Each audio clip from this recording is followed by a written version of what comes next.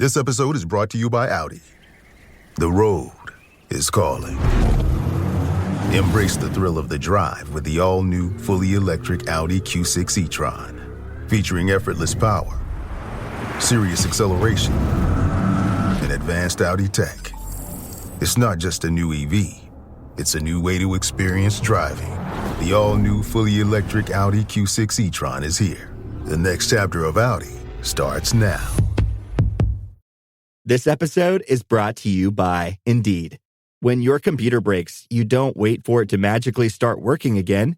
You fix the problem. So why wait to hire the people your company desperately needs? Use Indeed's sponsored jobs to hire top talent fast. And even better, you only pay for results. There's no need to wait. Speed up your hiring with a $75 sponsored job credit at Indeed.com/podcast. Terms and conditions apply.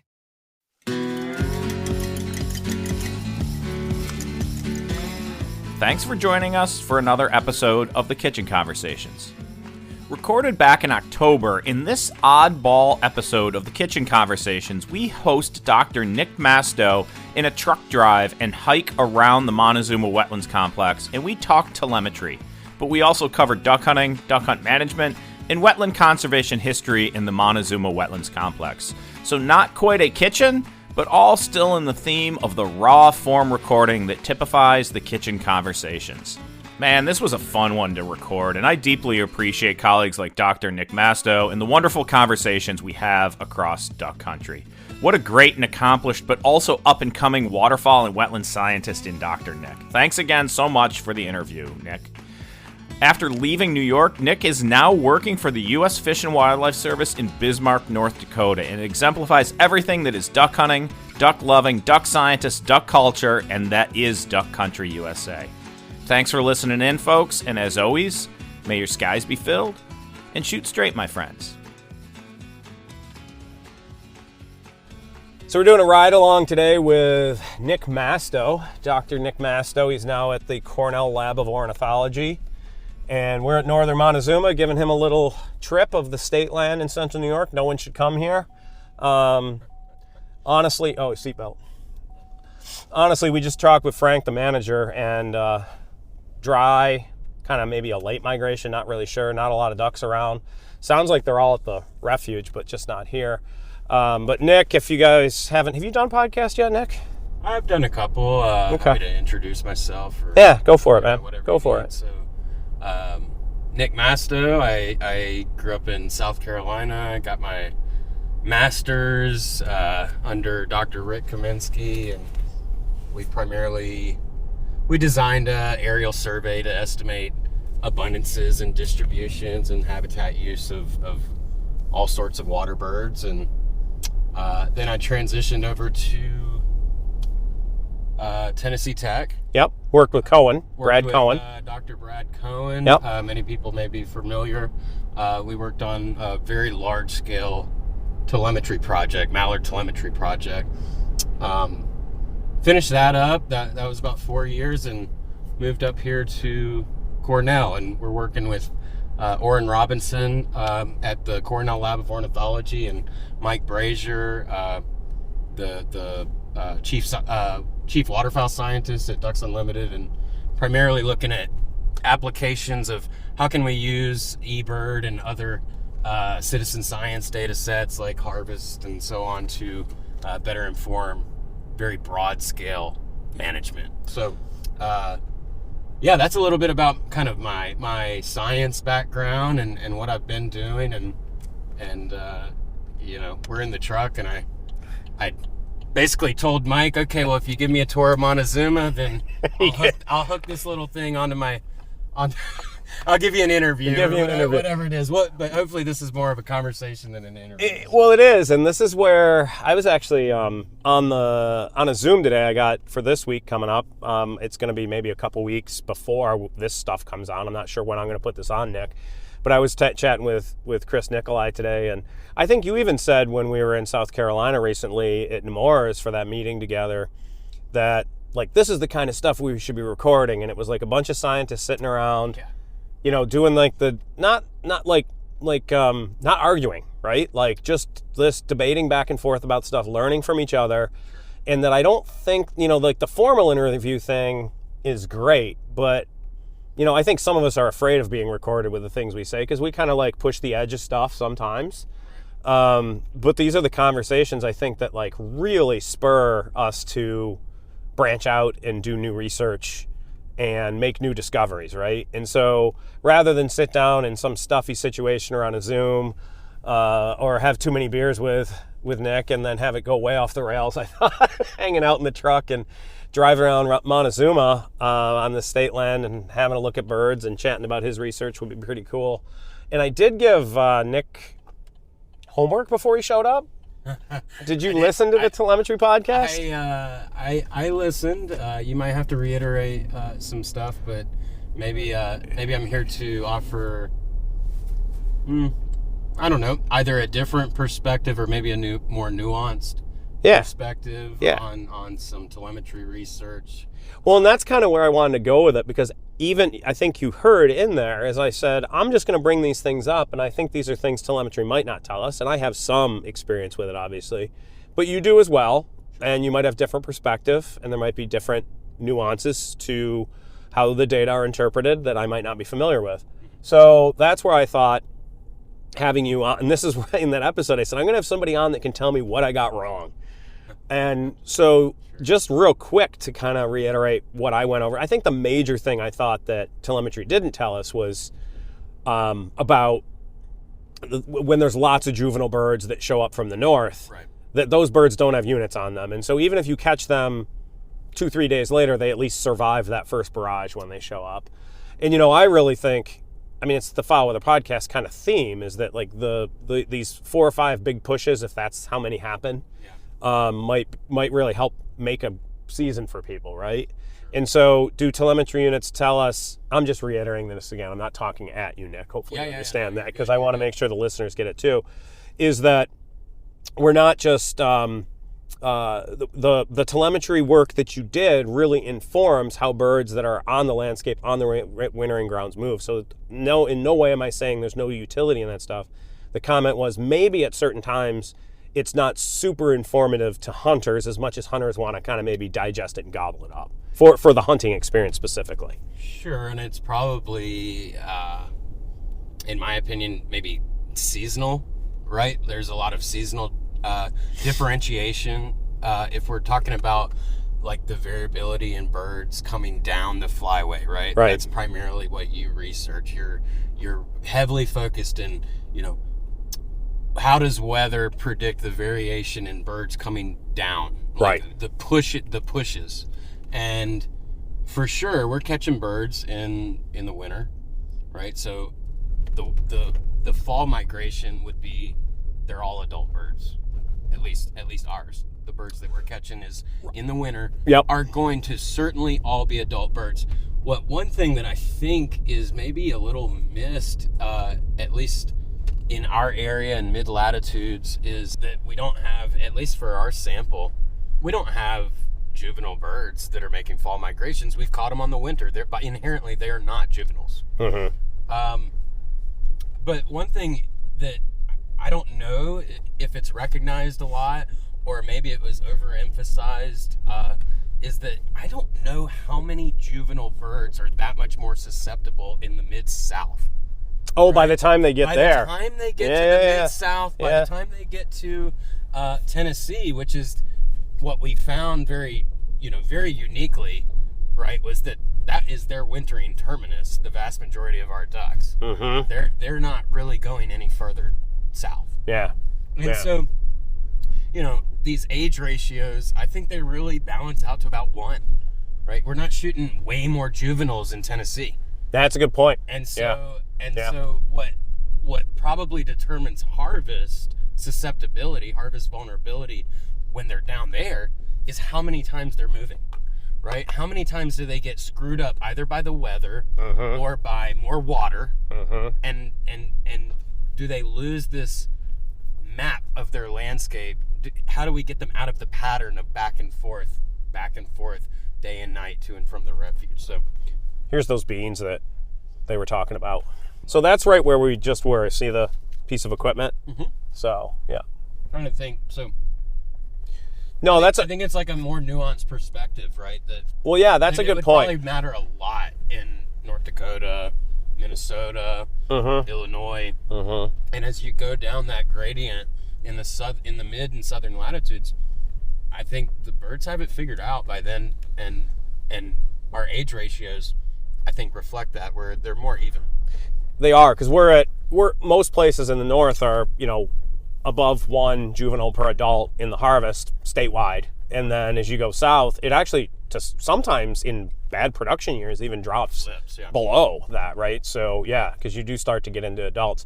Now, you talked about this back and forth pattern. That's what you kind of found in your telemetry work in eastern Tennessee, was these birds just got in this very specific pattern of going back and forth. I also saw something that showed up in our telemetry data from Long Island, and I've seen it in almost every telemetry data.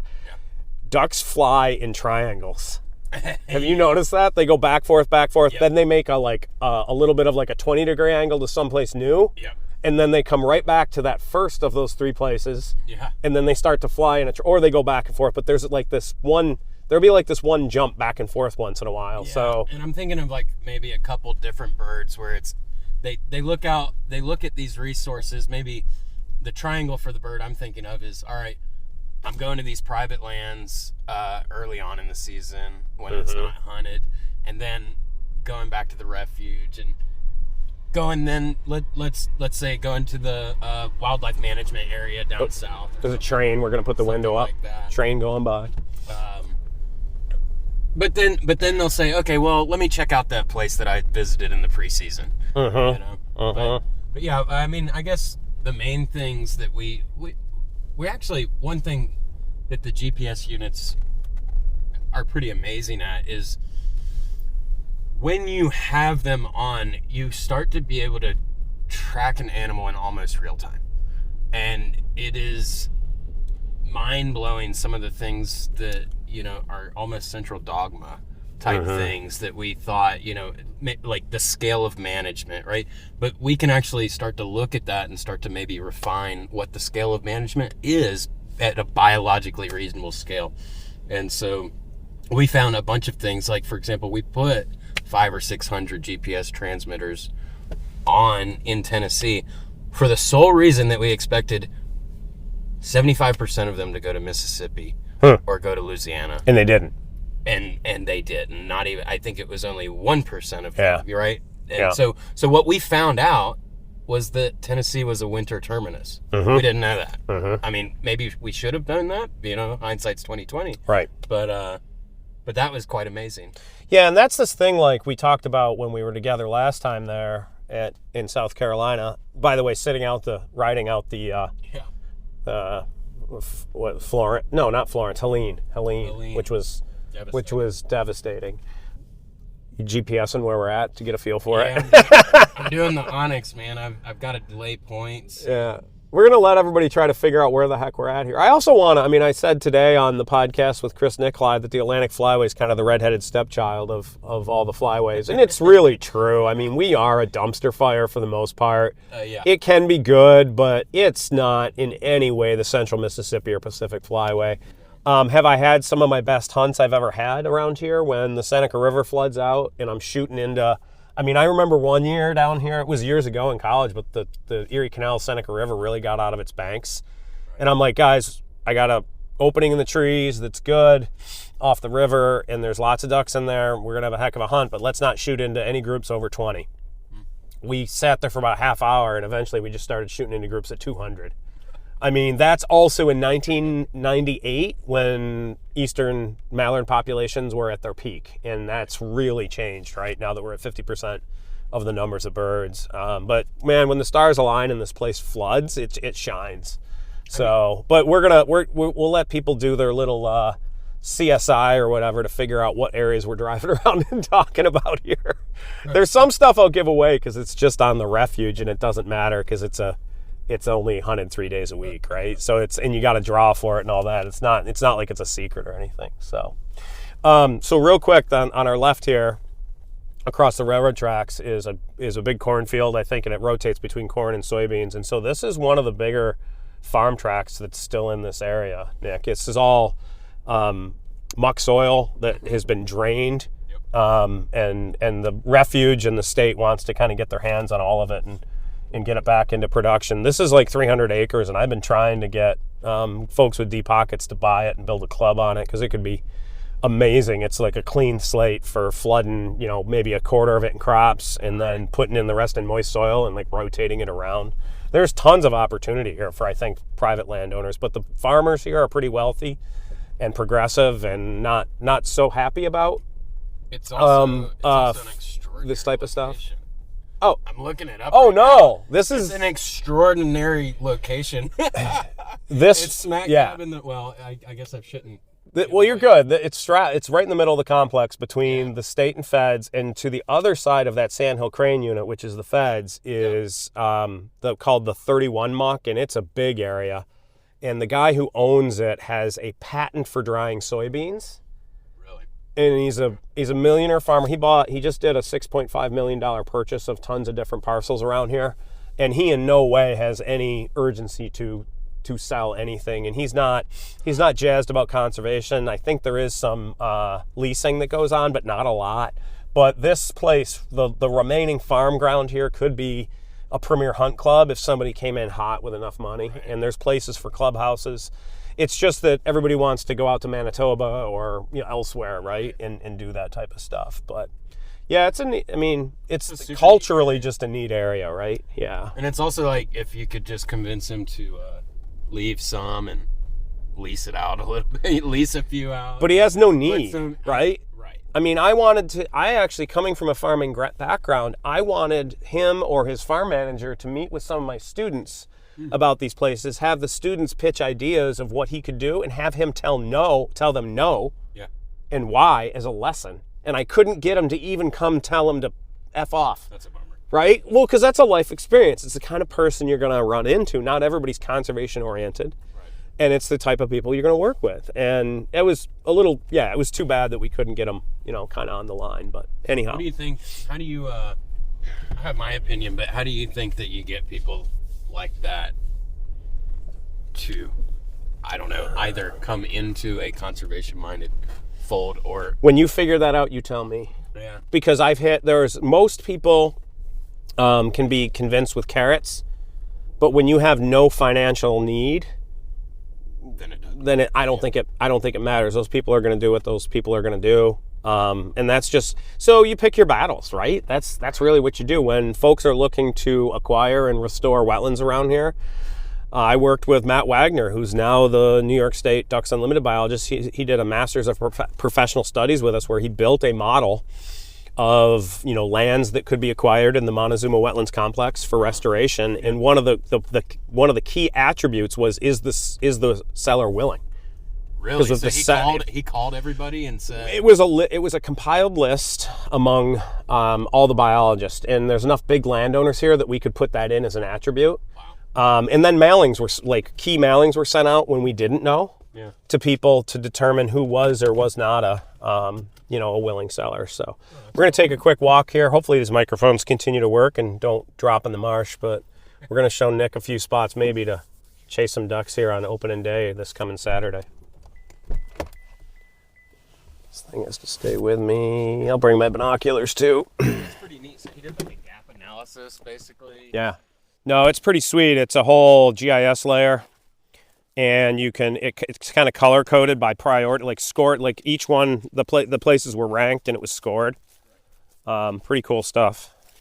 Yeah, we're bringing these mics with us to North Dakota. I'm going to hopefully get some good recordings of us on a few hunts too. Have y'all started checking out all the aerial imagery and everything like that? Yeah. I got about 15 pins, and I got, guys with land that's not electronically posted that own like 15 quarter sections. Oh, nice. And so the idea is on the 16th to get there and just like knock on doors right away. And we're bringing, there's New York maple syrup, bunch of homemade jams and jellies from the orchard. And then there's a really nice pancake place called New Hope Mills that used to mill their own stuff. They farm it out now, the milling. But we're bringing all that with us as thank yous for landowners. Buddy of mine, his friends just had amazing shoot on a field, kind of way north of Bismarck. And I guess they traded a case of Busch Light for the opportunity to hunt the field. So I don't know. It's like if I offer up maple syrup and the dude's like, hey, I'd rather have a case of Busch Light, I'll go buy a case of Busch Light. Yeah, no problem. For a big feed, you know. So yeah, this is neat. Like Busch Light and the case. Right. Yeah, this area is neat. I mean, the Erie Canal cuts right through here. The the I-90, the interstate cuts through here. The main railroad cuts through here. I mean, this corridor right here in Montezuma was like the economic artery of this state, as New York was being, in the West for that matter, out of New York City and stuff, was being colonized, I'd say, in this part of the world. So it's pretty interesting. When I moved up here, I hadn't actually gotten a good history lesson. So the Erie Canal was dug basically for trade up basically to the Great Lakes. Yep. And down through. Cut up the Hudson, right, across the Mohawk, Seneca. There's a bunch of other rivers mixed in there. It links up into the Finger Lakes as well, and then it ends up coming out by Buffalo, and the intent was to get goods. There's also canals that go up to Lake Ontario, but the intent was to get to Lake Erie to get around the falls too. It was about the towns in New York City, but it was that. My wife's Canadian. I always joke with her because the Welland Canal cuts just across that little tiny peninsula between Lake Ontario and Lake Erie on the Canadian side. Mm-hmm. And I'm like, Sarah, you know, you Canadians only had to go like this far with your ditch, and we dug the frickin' Erie Canal all the way across New York State, and we beat you. I don't know, I always say it's like 2 months, but it was like close in time, even if it was like a year or whatever, right? It was still pretty close in time. So yeah, I find that funny. And so now the operations here are primarily agriculture dominated, and then in terms of DU and whatever, it's all wetland restoration. Yeah, so all these muck soils at one time, what people don't quite understand is that the Central Valley of California had not been exploited or developed yet. And these muck soils for New York City and other East Coast cities were growing all your celery, all your onions, your carrots, your potatoes, all your lettuce, all that stuff was being grown here on these muck soils, on these drained wetlands. And the Erie Canal served as that way to move them. There's the whole thing went through vegetables, and then it went into potato and onion production mostly. And then when the soil degrades the most, it goes into high input soybean and corn rotation. And a lot of people are like, oh, the government came and bought up all the land and returned it to wetlands and took all this productive farmland out of production. And the reality is these muck soils oxidize when you expose them to air for too long, and it breaks down. And we'll grab a bit of it back there. And underneath of it is marl. And marl is basically this hard calcium kind of clay layer. Yep.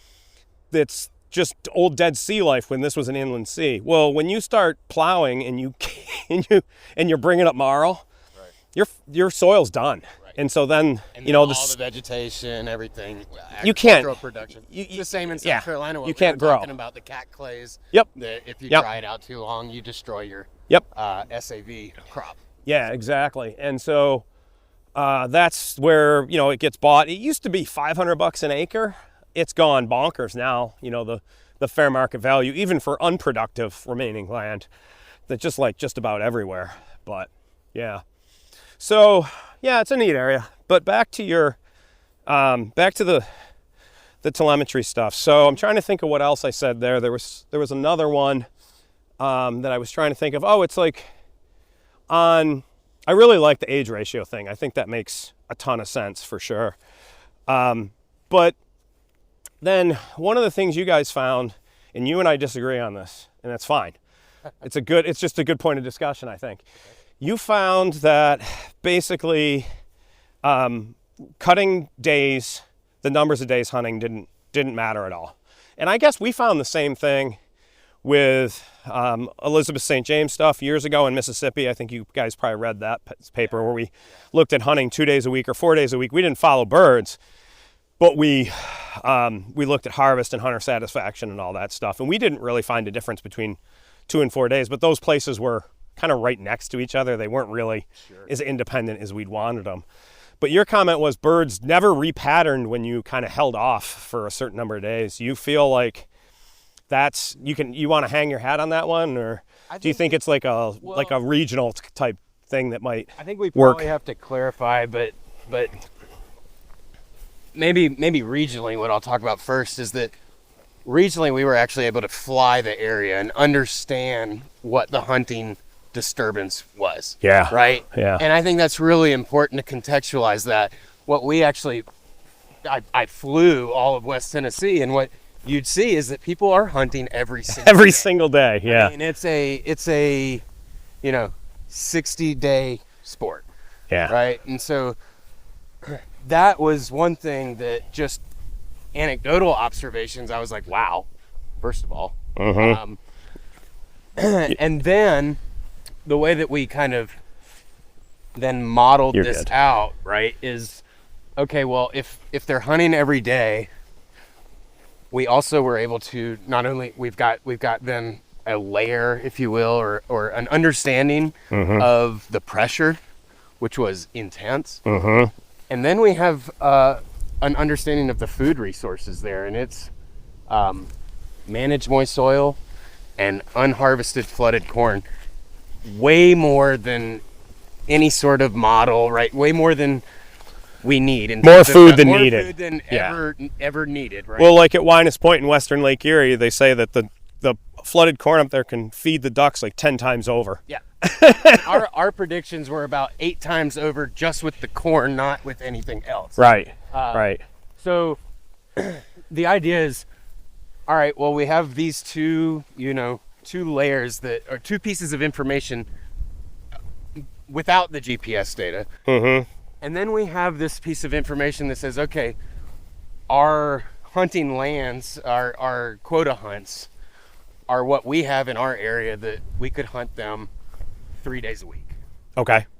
We could not experimentally say, no, now hunt them 4 days a week or now hunt them 5 days a week. So you had no true control on that.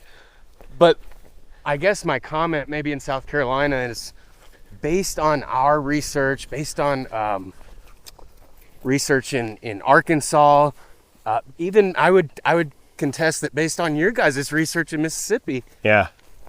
I think that birds are perceiving hunting and their patterns, perceiving hunting probably on a weekly basis. Not really. So in other words, 3 or what did you test? 2 and 4 2 and 4, yeah. Might not be different. Now maybe 1 and 7 are, but we don't know that. And so that was kind of my comment, is we don't truly know, but all of the evidence so far suggests that at least what we do know, 3 and 4 are not different. Muskrat damage a little bit on some of these berms. Yeah. So the thing where I think this is where we get into this regional thing potentially, for sure, is like here where we're at, and we just chatted with the manager Frank there. The state stuff's open 7 days a week. It takes about 3 days at the beginning of the season to blow them out, and then it's really hard to ever kind of hold birds. Right. And the only way you get them is maybe on flight days, right? And so those flight days matter. The refuge hunts 3 days a week till noon, Tuesdays, Thursdays, Saturdays. And the hunting on the federal refuge is just, you see birds, you harvest more birds. I mean, I was at 5 birds per hunt last year on the refuge, which is pretty good. Like, especially for the Atlantic Flyway, right? I have a hard time finding birds on the state stuff. So that's where I kind of I hear what you're saying, and I think it's going to matter where you're at. Yeah. And maybe those birds they're at their terminal area. They're not really trying to put on weight to make that next jump, so they're not pressured. They've got so much food, they can just do this back and forth pattern. Right. And so they can make those decisions to not kind of bounce around looking for food, maybe. I mean, to me, that's kind of where I'm at, is it might be just quite a different pattern. I think that this is the problem with these types of studies, is it seems such a one-off everywhere because the landscape and the pressure, how different it is, plays I agree. Kind of such a major role in this stuff, you know? I agree. Now, I will say that what I think we should do as scientists is we should understand and contextualize our region. Yeah. And try and draw as broad an inference as we can, you know, within reason, right? So, for example, in West Tennessee, we have the sliver of the Mississippi Alluvial Valley. We've got these east to west tributaries. Keep talking. We're gonna walk into this because we can't see what's there, to see if there's any birds in this marsh in a second. But I will keep. But I'll keep going real quick. We're scout interviewing at the same time. Like I said, Are we at the open water spot yet? Kind of.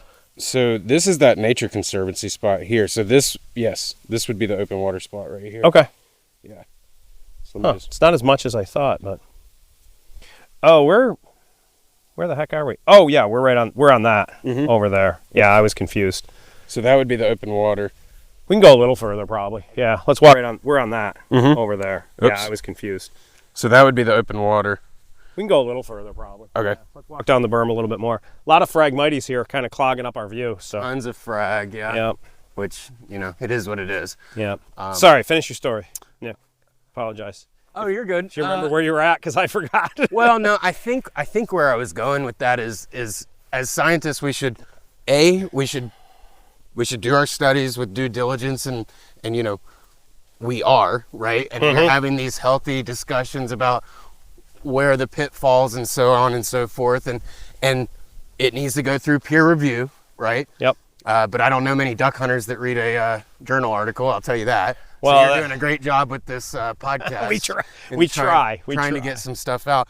But also, you know, there's places in Missouri, for example, that are very similar to West Tennessee, right? Heavily pressured around refuges, kind of, you know, west to east corridors, some MAV type areas. And so we want to kind of carefully draw these conclusions and say, hey, where might this apply elsewhere? Right. Right. If we're talking about, we were just on the South Atlantic coast, and these are massive. Oh, here's some open water. Yeah, we got a little open water.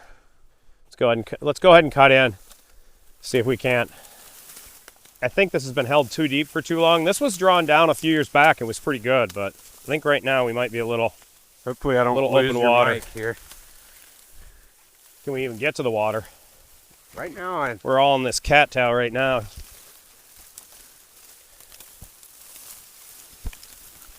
Yeah, we're not bad. Just don't sink up to your knees. yeah, I'll be careful of that. You know, just for your equipment. Don't lose the microphone either, if you don't mind. I've overtopped knee boots before. Tell you, if there were any green wings or anything in here, I think they'd be ripping out of here with me hollering like this. Yeah, I was about to say, there's not going to be anything. No, it looks kind of quiet. Looks pretty rough. Pretty open water. So this is about what Frank was talking about. You can stand right on the cattails, and then you take this last step, and yeah, and you'll disappear after this. Yeah. This one's, I would call this a no-go. Although I think I see some feathers. I think it's just cattail and frag fluff. That's not feathers, unfortunately. So, well, not all. This one's full of just frag and cattail, and it was eaten out by muskrats a few years back, and then it was drawn down, and it had birds for a few years, but it's on that crappy end of the cycle right now, I would say. Yeah, coming back up. Yeah. Easier going back out once you know your footing. I'm just worried about losing your microphones now. Well, we'll just go back the other way. That was just a no bueno. So it's bound to happen. I've probably walked paddled every inch of this place nowadays. I bet you this is a fun thing about 8,000 acre state land. There's nooks and crannies that somebody else has certainly been and hunts and does really well. I was never really a runner. The way I see running is a gift, especially when you have stage 4 cancer. I'm Anne. I'm running the Boston Marathon, presented by Bank of America. I run for Dana-Farber Cancer Institute to give people like me a chance to thrive in life, even with cancer. Join Bank of America in helping Anne's cause. Give if you can at BofA.com/supportAnne. What would you like the power to do? References to charitable organizations is not an endorsement by Bank of America Corporation. Copyright 2025. This episode is brought to you by Walmart. New beauty is in bloom at Walmart, and it's all about springtime radiance. From Drybar, Tula Skincare, and hundreds more available online, Walmart has the premium brands you want and this season's on-trend products for flawless, glossy hair and hydrated skin. Big name beauty brands? Check. The things you love? Check. Find trending spring beauty and all you need to look and feel gorgeous at Walmart, on app and online. I don't know about. And that frustrates me because I'd like to think that if there's a spot to hunt, I know it. But I've had some students find some stuff. I was about to say, do they give you some spots for good grades? No, I don't.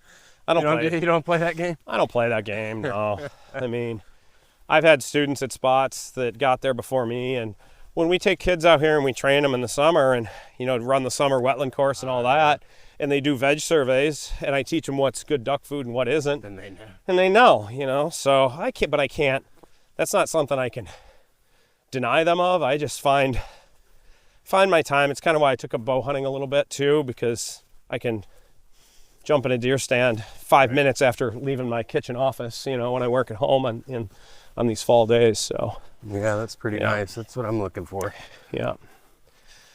But yeah, back into, you say, so like Missouri, everything kind of similar situations. Yeah, there's areas that are similar, and then there's areas that maybe aren't, right? We were just in the South Atlantic, and I think general principles apply, but one thing that certainly does not apply to that South Atlantic coast, especially South Carolina, is the hunting frequency and intensity. Right. These are huge impoundments that were historically rice fields. They're massive, some of them are 1,000-acre privately owned impoundments, complexes. Mm-hmm. And they barely get hunted. And they get hunted once a week, if that, sometimes, right? Yeah. And it's much more. So I was quite surprised coming from kind of that, and then going to West Tennessee, where it was completely flipped. Like I keep saying that, and I'm trying to wrap my head around it and not offend anybody, but I keep saying, like, hey, if it's your thing to just hunt your blind every single day, go for it. But there's a part of me that also says that's dumb, because the ducks aren't going to move every single day. And like, there's, look at the weather.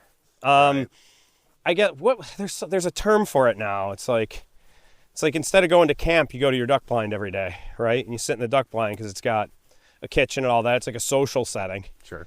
But it never, ever, ever gives these birds a break either. Right. And, if there's only 4 or 5 good flight days per year, and then there might be only maybe, like a couple flooding events or something that reorganize, and you saw that when the landscape changes and they get in the air and they can't see the features they once saw, right? They do dumb things and they get shot. The birds do, right? Yeah. So it seems, there's times I go just because I got that itch and I want to go, but I just want to dig down in with some people that do hunt every day and be like, hey, what's the purpose of it, right? Why not pick your better days? And maybe it's just some people have all that time, but 60 days of the season seems like a lot. Well, I was telling Frank when we were talking before, and I ran into those guys. I'm like, you guys ever going to go to work this year? Because they were at the same spot every single day. Well, and it's one of those things that you can't knock somebody either for pursuing their passion over and over, and also especially if they're leasing. Yeah. Right. You're spending so much money. Right. To lease a property, for the winter. You've spent all that time building your blind, brushing it, getting everything ready, and you just want to hang out. And then quite a lot of people, not to mention the money aspect, but quite a lot of people in farm country, they're farmers. What do they have to do in the winter? Right. But duck hunt. Right. And so it's kind of one of those things. I've never had the luxury to do it. Mm-hmm.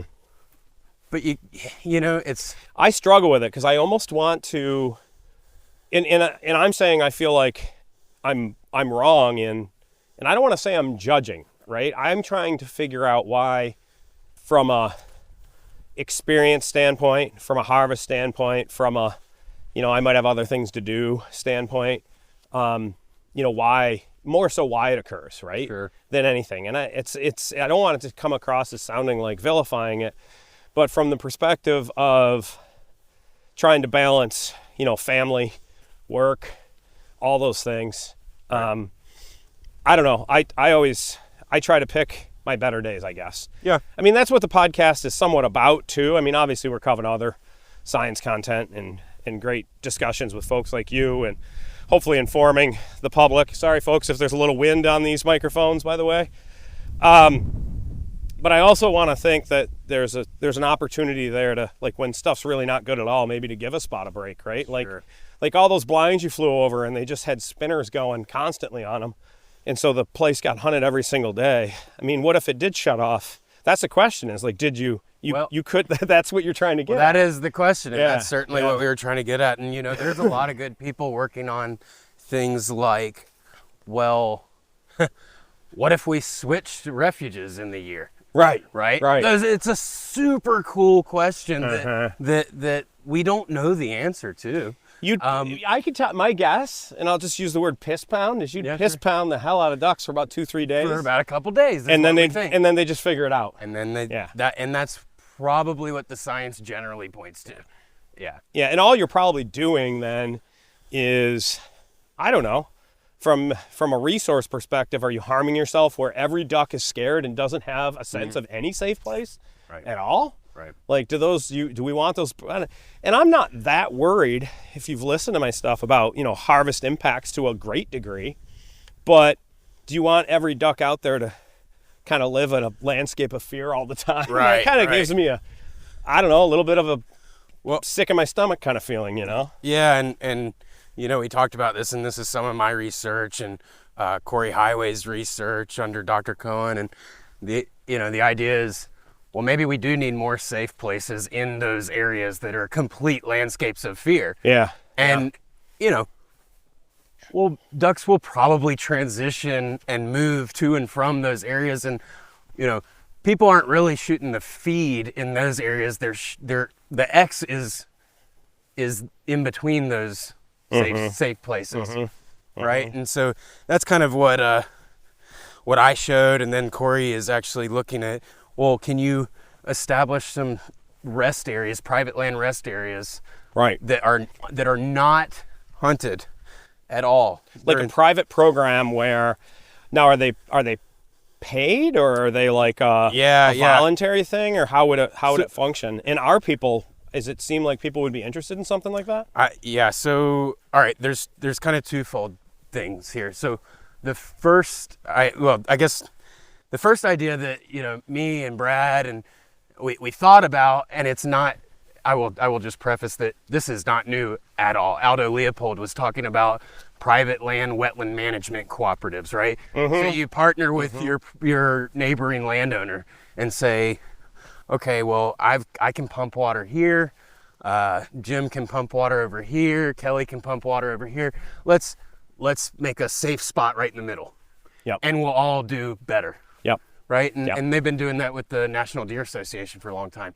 Yeah. And so that's a private thing, right? And there's actually really good examples, and big hunt clubs that are smart are already doing it. But there's a better example. Well, I won't say better example. There's another example that kind of where my mind went to in northwestern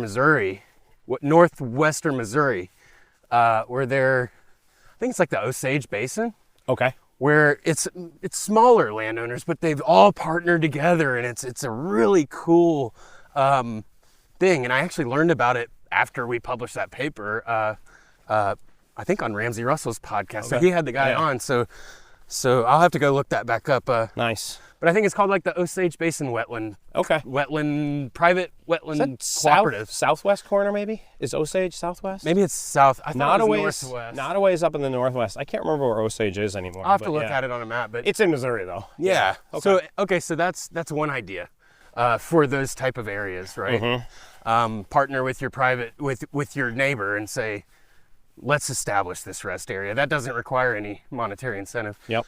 Now what Corey and Brad and Jamie Feddersen and TWRA are evaluating is, well, can we provide a monetary incentive through the state to rest an area?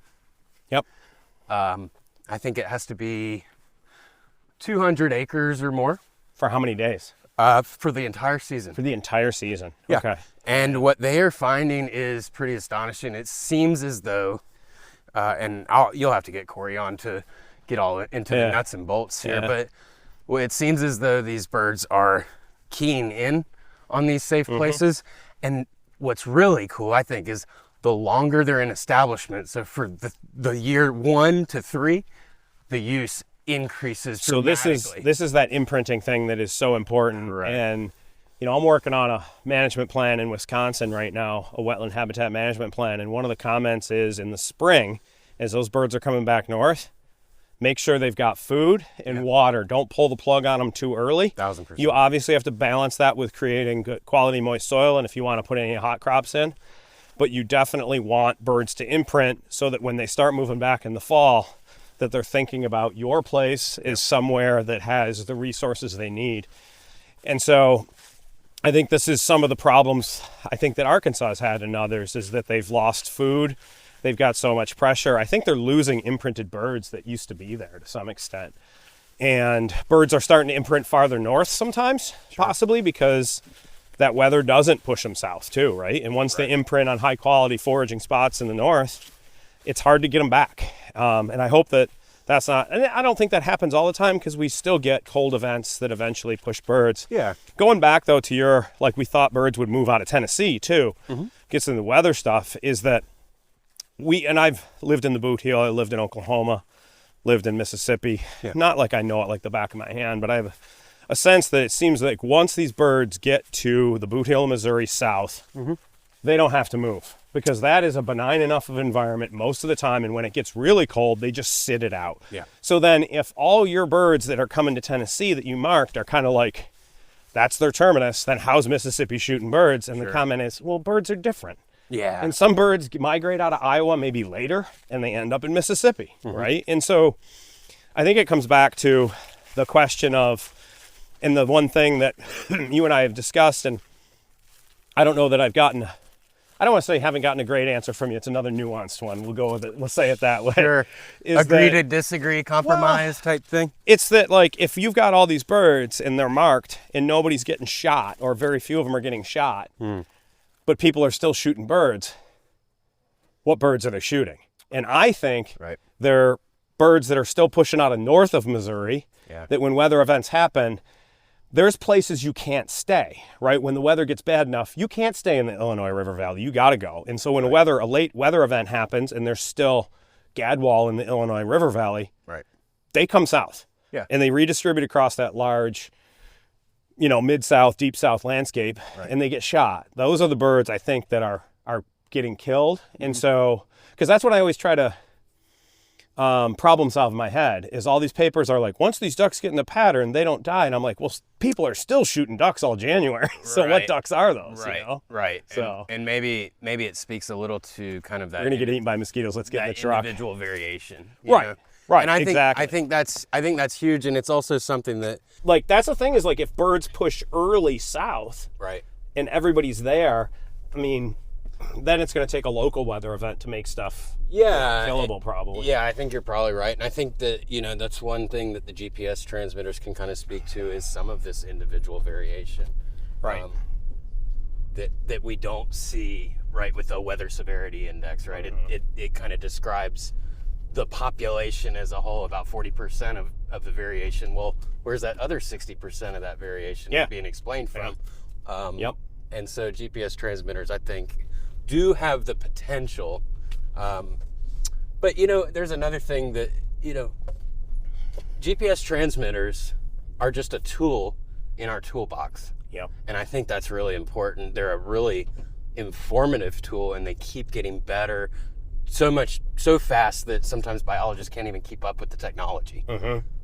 But they are just one tool. We use bands, we use these weather severity indexes, we use stable isotopes, which some people don't like, but there is information there. There is information in all of them, and the best work that we can do is use all of them and synthesize the information from them all. Yeah, I agree, and we talked about, like, that no one study is the ultimate comment, and it's like this collection of information, and they might not always tell you the same information, or they might give you conflicting results sometimes, and then you have to kind of problem solve why that's the reason, because it's not like, those data are wrong. Right. They might just be capturing some different variability in that system. The one thing I don't like, I've never liked, is just going to GPS units as the answer right away. Like, I call it using a hammer, when you could take some time, think about it from, bands, maybe geolocators, maybe nanotags. It depends on your question. So think about your question. Sure. And then place the technology to it. Like, when we wanted to understand where the ducks that are harvested in the Atlantic Flyway come from, the mallards, we went to the wing bee and we just used stable isotopes, because it could get us within 300 kilometers of where that bird came from, and give us a relative distribution of where they coming from locally at the state level, right? Or were they these U.S. mallards produced there, or did they come from Canada? I think we got a pretty solid answer for that. Now, if I wanted any local movement stuff, could I do that? Heck no, not at all. I can't answer anything about refuges, so we're going that way, and there's another train coming, and so we're waiting for a train for a second. It'll be perfect for the podcast. Yeah, we'll just sit here and as long as we don't roll the window down, listen to the train rumble by a little bit. These mics don't pick up too much background, so there you go. See, this is the first time I've done a full, completely ramble around things. This so will be kind of fun. You might have some work on the back end, editing. Some considerable editing work. It's sometimes more than you think, because you basically just have to listen to the whole thing. Oh, I don't know that it's more than I think. I think you got some. I think you got some work cut out for you. But, my wife loves it on Sunday mornings when we're supposed to take the dogs for a walk, and you're listening, and I'm like, and they're listening to myself drone away. There's nothing worse than listening and editing yourself too. I actually have done 2 podcasts and I have not listened to either one. But but you know what Ellie told me was, she was like, "Well, I thought you did really great, but I had to listen to you on 1.5 speed." Because you talk so damn slow. Oh wow! She's like, I don't get that from you too much. I've run the gamut of different people that talk at different speeds. I'm always surprised at Ramsey and how animated that man is, and I've never had a problem following him, but man, when he gets going, he's cranking. You know, so he's a good storyteller too. I do like Ramsey a lot. I hope I'm going to try to have him on. I'm trying to convince him to stop into the farm and hang out with Sarah and I. And he's like, well, why would I hang out with your wife? I'm like, she works for DU. We're kind of a ducky family, man. I mean, it's a pretty cool story. And my brother-in-law is U.S. Fish and Wildlife Service law enforcement at refuges in Montana. And my sister-in-law's husband, whatever the heck that makes him to be. And my sister-in-law works for Montana. She's a Montana wildlife biologist for FWP, Fish Wildlife Parks. So, yeah. I once pitched to a very large outdoor podcast. We won't say it. I guess you can guess what it is. Got it. Like a couples in conservation thing that would be Sarah and I, and then Tyler and Heather. Because I think it'd be, and he's just a hoot. He's from Mississippi, and he's like John Wayne on crack. Yeah. He's an awesome dude, and has really helped us big game hunt and all that stuff. And so I think it'd be kind of like a cool conservation plus kind of lifestyle story of how we all ended up doing this stuff. But they gave it a hard pass. So we're just going to do it ourselves someday whenever we get out there with them. So I was about to say, maybe you can take a trip from North Dakota out there. Yeah, we've been out there the last 2 years. I was there, 2 years ago. Sarah shot a pronghorn and I sharp-tailed and pheasant hunted. And then Sarah pheasant hunted a little bit. And then last year she shot a mule deer, so but I didn't go on that one. I had something else going. Oh, it was opening day here, and I had a reservation at the refuge, so just like I do this year. So that was going to be a no-go. So, where did we leave off? I'm not sure where we left off, to be honest with you. I guess my question is, do you have anything else to cover? I mean, we've been chatting for a while. We can shut these things off, or we can keep rolling. It's up to you. Yeah, I mean, it's up to you, to be honest with you. I'm going to get you up here and show you this, and then I'm going to point you in the direction to walk to that one spot if you wanted to walk to the pond, because I want to give you enough time to get there. Yeah, for sure. Yeah. No, I don't really have too much more. I think maybe my conclusion, final comments. If we have any sort of final comments, it's just that scientists are scientists, and duck managers, duck biologists are in the field and they're using every tool available to them to answer the question appropriately. And you know, it's not really a fight of you know, this tool is wrong or this tool is right. It's which one can we use to answer certain questions. And so if we're talking about the telemetry debate, I don't think it's a debate.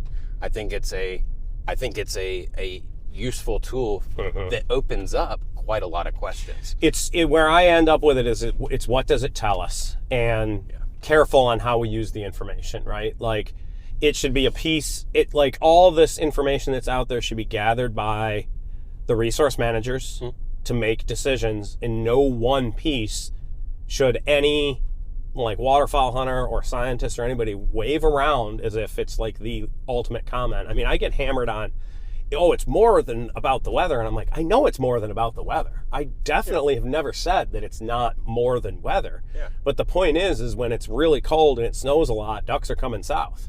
And there's these other nuances that make them move that you, maybe at a southern latitude, might not see or follow all those weather stations like I do, and have the information of like, man, if you're going to go, you should probably go late this week, you know? And that's why I try to put in people's hands a little bit and increase their chances. So, but yeah, we should, I think, just be careful with, you know, trying to use any one study as like some ultimate comment. Of course, there's some things that really are more slam dunkish than others, for sure. And definitely, like, I mean, that just kind of makes me think of, you know, you've got the weather severity index, you've got an explained 40% of the variation. Well, we found that weather also does that with GPS ducks, as well as tailwinds, right? Which is not built into the weather severity index. So you could look at nice tailwinds as well, right? If that couples with weather. Well, this is two pieces of information that are telling us a bunch of cool things, right? Yeah, for sure. And that's why I always tell people, I'm like, the weather severity index is good enough this week, but look for nights with north winds and go the next day or the day after, because I don't know how much you've dealt with wind data, but it's not the easiest data to work into anything, because it's not super easy. Finicky, and it doesn't always stay in the same direction long enough, or at the right time. And there's different, you know, wind directions and speeds at different altitudes. I mean, there's all sorts of different. It's messy data to deal with. So, well, good stuff. Yeah, I agree with you completely on the, you know, multiple, you know, avenues of. Goodness, I think we see a duck finally, possibly, or is that just a piece of cattail? I was about to say, I think that's a piece of cattail. No, there's one over here. There's actually. Looks like a good marsh, though. Yeah, this is. No, that's just a piece of cattail. We'll find a duck in here, I promise. Though this is a good, nice 300-acre marsh. It's typically the one that I hunt a lot. And we're not going to use the name of it, but this is refuge stuff. Now, I might actually. This is refuge stuff. Yeah. So yeah, let's wrap it up, Nick, and really appreciate you coming along, and I'm, you know, hopefully find you a spot. I've got a spot I sent you way off in the Willy Wags to hike into at the end here to find some birds. So that'll be fun. Hopefully you can send me some pictures of some nice shiny Drake wood ducks or something after our opener. But no, I appreciate it, Mike. No, and the other thing too, I think I mentioned, and I'm just going to keep rambling for a second, is that, you know, I kind of started out is these are the kinds of conversations, you know, we're just discussing this stuff back and forth, and, you know, you help me kind of see the light on a few things. I'm always going to push the button on stuff. I always like to find that little thread where I'm like, no, I don't think that's what it says, you know, just so that somebody defends themselves and then is really convinced of it, you know, and some folks see that as a affront to them rather than like this larger discussion of the scientific community. And I'd like people to think that, or to know that as a community, we, like that night over Bourbon before the hurricane hit over there, we hit a lot of hot button issues. I told you eBird was bullshit. And then I let you tell me why it actually works. And hopefully, you know, you came around a little bit. I did come around. I came around a bunch. I think it still has holes, but that's almost true of any data set, right? You know, right. So. All right, well, signing off, Nick. Thanks for being with us, and thanks for invention around Montezuma today. Yeah, man, I appreciate it.